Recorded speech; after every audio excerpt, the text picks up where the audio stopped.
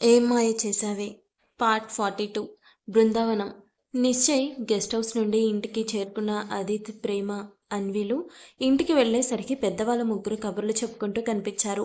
వీళ్ళు కూడా వాళ్ళతో జాయిన్ అయ్యి నిశ్చయ్ని డిన్నర్కి ఇన్వైట్ చేసిన విషయం చెప్పగానే వాళ్ళు కూ- వాళ్ళు కూడా చాలా సంతోషించారు. కాసేపటికి అదిత్ తన రూమ్లోకి వెళ్ళగానే వెనకే వెళ్ళిన ప్రేమ, అదిత్ ఫ్రెష్ అవ్వడానికి వెళ్ళడంతో అన్విని తీసుకొని వేరే రూమ్లోకి వెళ్ళి స్నానం చేయించి రెడీ చేసి తను కూడా ఫ్రెష్ అయ్యి వైభవ్కి కాల్ చేసి నిశ్చయ్ని డిన్నర్కి ఇన్వైట్ చేసిన విషయం చెప్పి ఇంటికి త్వరగా రమ్మని చెప్పి కొన్ని అవసరమైన సామాన్లు తీసుకుంటామని చెప్పింది ప్రేమ.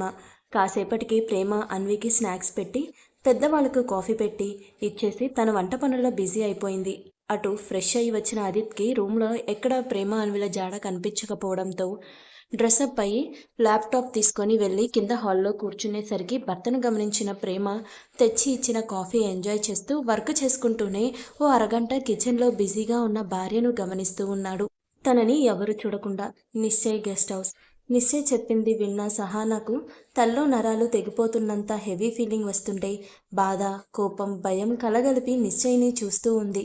ఆ గిఫ్ట్ ఏంటో అని భయపడుతూ ఆమె భయం అర్థమైన నిశ్చయ్ ఒక ఈవిల్ స్మైల్ ఇస్తూ తన పిఏకి ఒక లుక్ ఇవ్వడంతో అతను తన పాకెట్ నుండి ఒక బాక్స్ తీసి నిశ్చయ్ చేతిలో పెట్టాడు. అదేంటో అర్థం కాక సహానా, మైకిల్ నిశ్చయ్ వైపే భయంగా చూస్తూ ఉండగా అతను మాత్రం అదే ఈవిల్ స్మైల్తో బాక్స్ ఓపెన్ చేసి అందులో ఉన్న తాళి తీసి సహానాను చూస్తూ గెట్ రెడీ టు మ్యారీ అన్నాడు. తాళిని చూసిన సహానా వెన్నులో వణుకు మొదలైంది. భయంతో చెమటలు కక్కుతూ కష్టంగా మాటలు కూడగట్టుకుని ఏం మాట్లాడుతున్నావు, పెళ్ళేంటి అని అడిగింది వణికిపోతూ. ఆమెలో ఆ భయాన్ని చూసిన నిశ్చయ్ పెదాల్లో దాగున్న ఆ చిరునవ్వు ఇంకాస్త పెద్దదైతే మైకిల్ మాత్రం సహానా మెల్లో ఎవరు తాళి కడతారో అని భయంగా చూస్తూ ఉన్నాడు. నిశ్చయ్ సహానా కళ్ళల్లో భయాన్ని, మైకిల్ కళ్ళల్లో ఆమె కోసం పడుతున్న కంగారుని ఓ కంట గమనిస్తూనే సహానా ఎదురుగా కూర్చొని చాలా నార్మల్గా నీకొక విషయం చెప్పనా, మనది కాని దానికోసం మనల్ని మనం దిగజార్చుకొని మరీ ఫైట్ చేయడం పిచ్చితనం అవుతుంది సహానా. ఇప్పుడు నీది పిచ్చి అన్నట్లేదు. ఎందుకంటే నాకు నిన్ను చూస్తుంటే నువ్వు ఆ స్టేజ్ కూడా దాటేసావనిపిస్తుంది. ఆ స్టేజ్లో ఉన్న వాళ్ళకు ఏదైనా అర్థమయ్యేలా చెప్తే కనీసం అర్థం చేసుకోవడానికి ట్రై చేస్తారు. కానీ నువ్వు కనీసం వినే స్టేజ్లో కూడా లేవు. నీలాంటి వాళ్ళకి అర్థమయ్యేలా చెప్పడం నాకు పెద్ద పనేం కాదు. కానీ నువ్వు కూడా ఒక ఆడపిల్ల అన్న నిజం నన్ను నీ విషయంలో రియాక్ట్ అవ్వనివ్వట్లేదు. ఇప్పుడు నువ్వు వేసే వేషాలకు జస్ట్ నీ మైండ్ సెట్ మారిస్తే సరిపోతుంది అనిపిస్తుంది.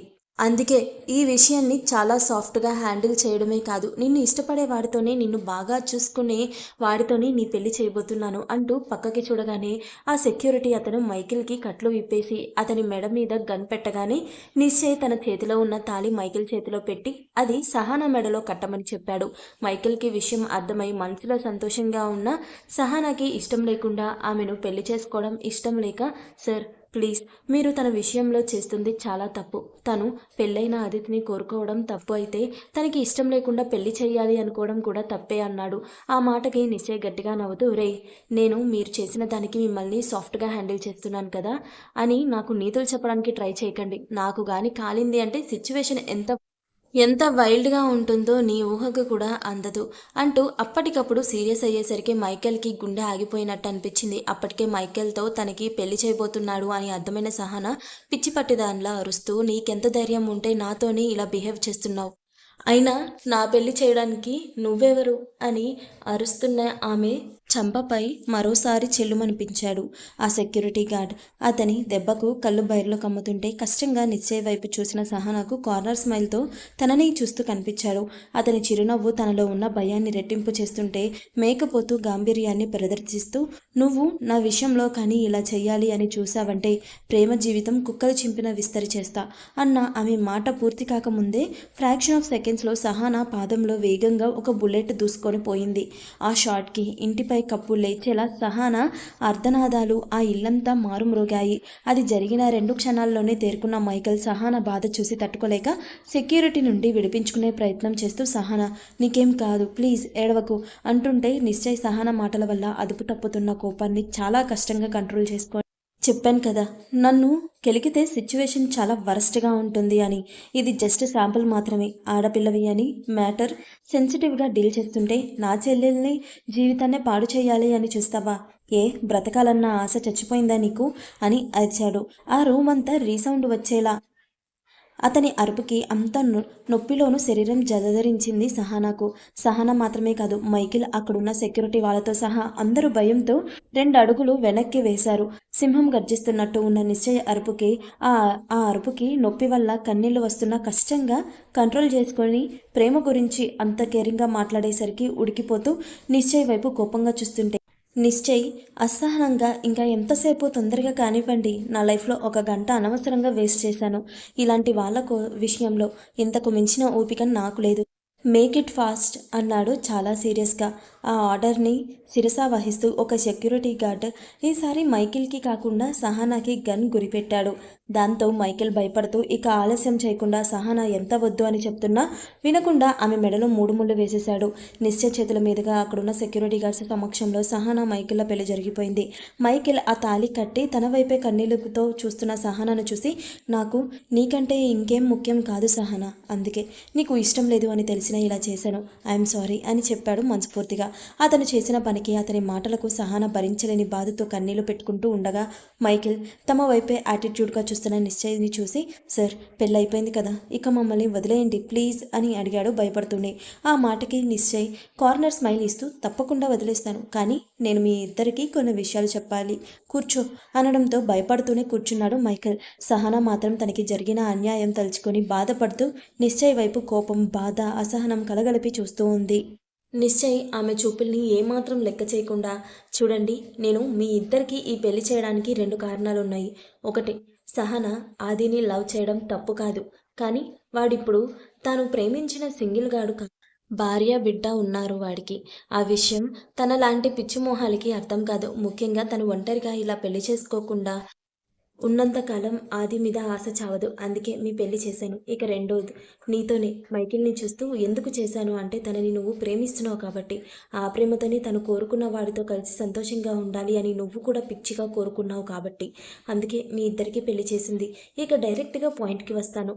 ఇక నుండి మీ లైఫ్ ఏదో మీరు బ్రతకండి అంతే, కానీ మళ్ళీ మళ్ళీ ప్రేమ ఆదిల లైఫ్లోకి తల దూర్చాలని చూస్తే ఈసారి ఆ మెడ మీద తలకాయలు లేకుండా చేస్తాను.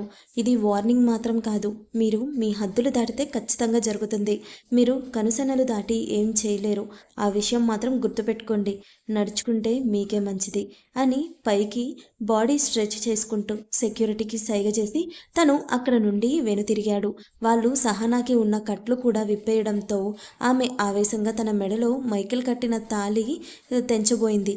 చంపేస్తాను అని షార్ప్గా వచ్చిన నిశ్చయ్ గర్జింపుకి ఆ ప్రయత్నం మధ్యలోనే ఆపి, లోపల భయంగా ఉన్న, బయటికి కోపంగా చూస్తూ ఉన్న సహనాను నిశ్చయ్ కనీసం వెనక్కి కూడా తిరగకుండా, ఆ తాళిని నీ మెడ నుండి వేరైన మరుక్షణం నీ ఊపిరి ఆగిపోతుంది అని సీరియస్గా చెప్పి యాటిట్యూడ్గా నడుచుకుంటూ వెళ్ళిపోయాడు. నిశ్చయ్ ఇచ్చిన వార్నింగ్కి తాళి మీద చెయ్యేసే ధైర్యం కూడా సరిపోకపోవడంతో ఒక పక్కన భయంగా ఉన్న, మరో పక్క తనిష్టం లేకుండా ఇదంతా జరిగినందుకు సహనా లోపలే రగిలిపోతూ కాళ్ళు బలంగా నేలకేసి కొట్టుకుంది. దాంతో ఆ బుల్లెట్ తగిలిన గాయం రేగి మరోసారి అక్కడున్న అందరి కర్ణబేరి చిల్లు పడేలా అరిచింది. ఆమె దెబ్బకు సెక్యూరిటీ వాళ్ళు నిశ్చయ ఆర్డర్ ప్రకారం సహనా మైకిల్లను తీసుకుని హాస్పిటల్కి బయలుదేరారు. ఆల్రెడీ నిశ్చయ పిఏ హాస్పిటల్కి కాల్ చేసి అంతా మాట్లాడడం వల్ల సహనాకి వెంటనే ట్రీట్మెంట్ స్టార్ట్ చేశారు.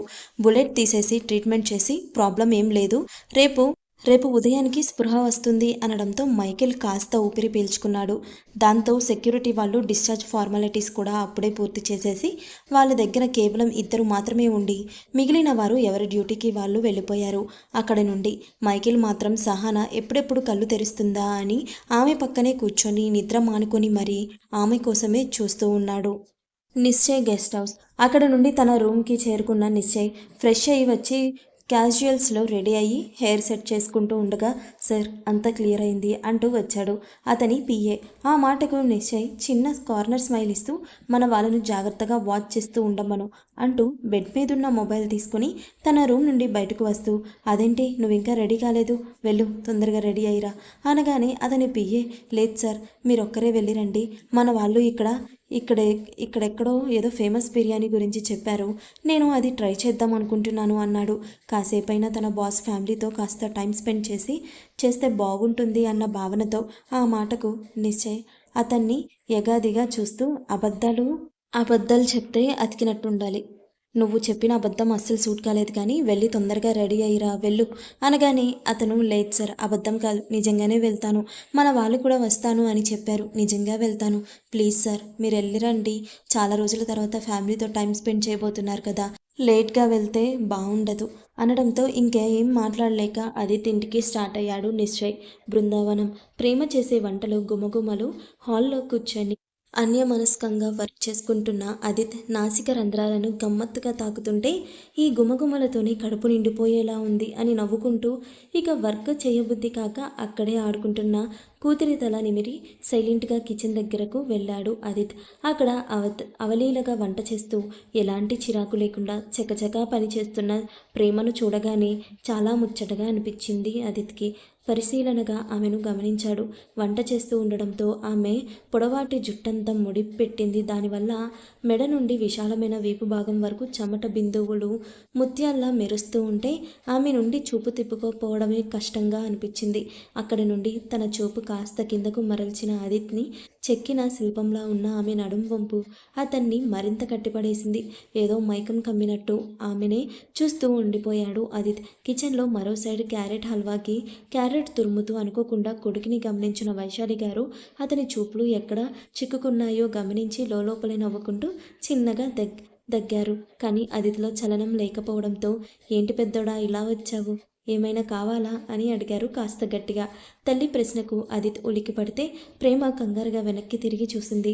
ప్రేమ తనని చూడడంతో కష్టంగా ఆమె నుండి చూపు తిప్పుకొని తనని తానే తిట్టుకుంటూ ఏం లేదమ్మా వాటర్ అంటూ ఫ్రిడ్జ్ నుండి వాటర్ బాటిల్ తీసుకొని గబగబా కాసిని తాగి అంతకంటే తొందరగా తిరిగి తన రూమ్కి వెళ్ళిపోయాడు.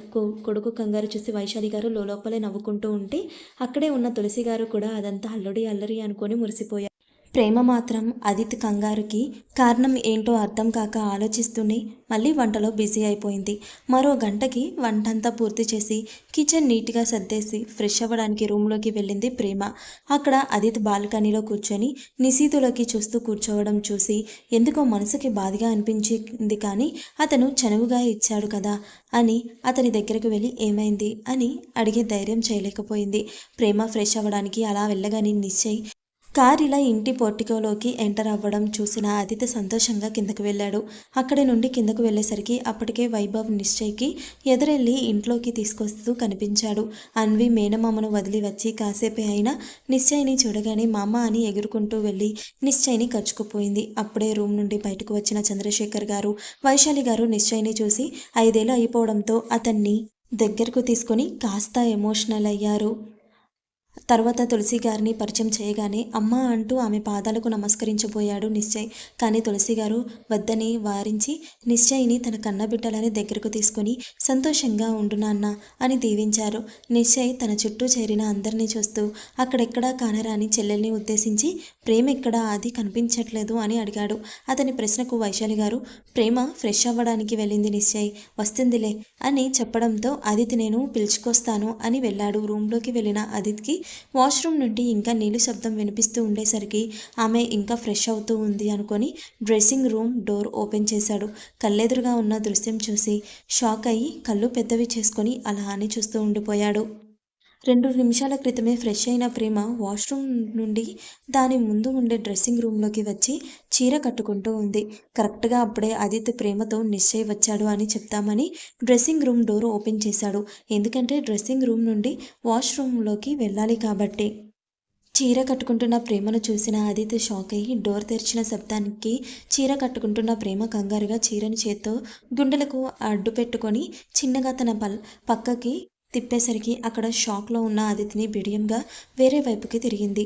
అప్పటికి కాస్త తెరుకున్న ఆదిత్య కాస్త ఎంబారిజంగా ఫీల్ అవుతూ పక్కకి తిరిగి సారీ టీచర్ అమ్మ వాష్రూమ్ నుండి నీళ్ళ సౌండ్ వస్తుంటే నువ్వు ఇంకా ఫ్రెష్ అవుతున్నావేమో బావ వచ్చాడు అని చెప్దామని వచ్చాను అని చెప్పి వెంటనే అక్కడి నుండి కంగారుగా బయటకు వెళ్ళిపోయాడు.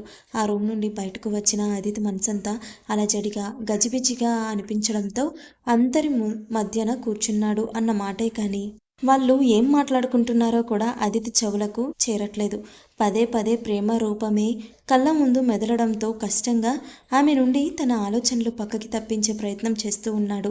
అదిత్ అలా వెళ్ళగానే పెరిగిన గుండె వేగాన్ని అదుపు చేసుకొని కాసేపటికి కాస్త రిలాక్స్గా ఊపిరి పీల్చుకొని రెడీ అయ్యి కిందకు వెళ్ళింది ప్రేమ. నిశ్చయ్తో కాసేపు అందరూ కబుర్లల్లో మునిగిపోయారు. కాసేపటికి నిశ్చయ్ ఇష్టంగా మరోసారి చెల్లెలి చేతి వంటను కడుపారా ఆరగించి వంటలన్నీ అద్దరిపోయాయిరా అని చెల్లెలికి కితాబు ఇచ్చాడు. డిన్నర్ అవ్వగానే వైశాలి గారు, చంద్రశేఖర్ గారు నిశ్చయ్ని ఒక 10 రోజులు ఎలాగోలా ఖాళీ చేసుకుని ఇక్కడే వాళ్ళతోనే ఉండమని చాలా బ్రతిమలాడారు. కానీ నిశ్చయ్ నెక్స్ట్ మంత్స్ చాలా ఇంపార్టెంట్ ప్రాజెక్ట్స్ ఉన్నాయి, షెడ్యూల్ కూడా రెడీ అయిపోయింది అని చెప్పడంతో ఇంకేం మాట్లాడలేకపోయారు. కానీ వాళ్ళ మాటలు విన్న ప్రేమ, అన్విలు దిగులుగా ఉండడం చూసిన నిశ్చయ్ ఇద్దరిని మరోవైపు దగ్గరకు తీసుకొని, నాకు ఎప్పుడు వీలైతే అప్పుడు ఖచ్చితంగా ఇక్కడికి వస్తానురా, లేకపోతే మిమ్మల్ని నా దగ్గరికి రప్పించుకునే ప్లాన్ చేస్తాను, ఇలా డల్గా ఉండకండ్రా, నా మనసేం బాగుండదు అనడంతో అన్వి నిశ్చయ్ బుగ్గన చిన్న ముద్దిస్తే ప్రేమ చిన్న చిరునవ్వు నవ్వింది. దాంతో మళ్ళీ అందరూ కబుర్లలో మునిగిపోయారు. అదితి ప్రేమలు మాత్రం డ్రెస్సింగ్ రూమ్లో జరిగిన ఆ ఆక్వర్డ్ సిచ్యువేషన్ దగ్గర నుండి ఒకరినొకరు చూసుకోవడానికి కూడా ఇబ్బంది పడుతూ ఉన్నారు.